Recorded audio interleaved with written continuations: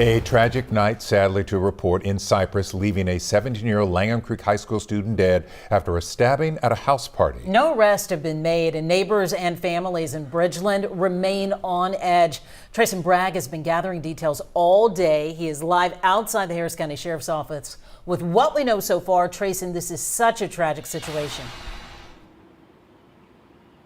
Yes, absolutely. A completely tragic situation. And what we're learning here at the Sheriff's Office is that 17-year-old died as a result of a stabbing. We're also learning that so far no one has been arrested, as you mentioned, and that is leaving people who live in the Cypress neighborhood where this happened on edge. Right now, residents of the Bridgeland neighborhood in Cypress are on edge. There's a killer on the loose. It's alarming to parents and families. This after the Harris County Sheriff's Office confirms two 17-year-old boys were stabbed during a house party on the 18,800 block of Trinity Star Drive. One of those teens was later pronounced dead.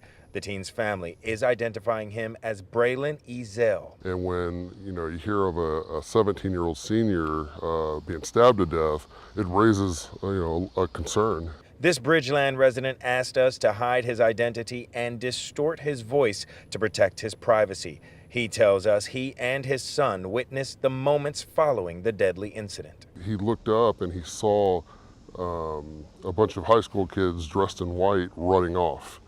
And he heard females screaming.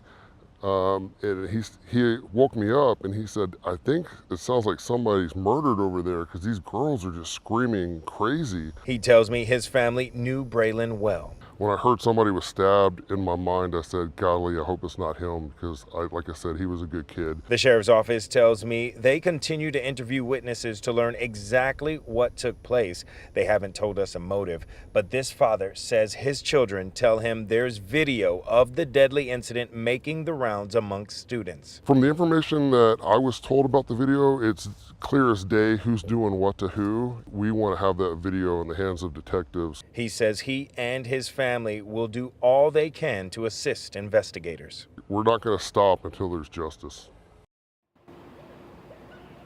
Again, I spoke to Braylon's family, at least a family member of his, and she tells me that the family has video of the deadly incident actually taking place. She says they've provided that and other potential evidence to the sheriffs and other investigators in hopes of finding justice. I'll send it back to you, Mia. Also concerning for those living in the Bridgeland community. Trayson Bragg tonight, thank you.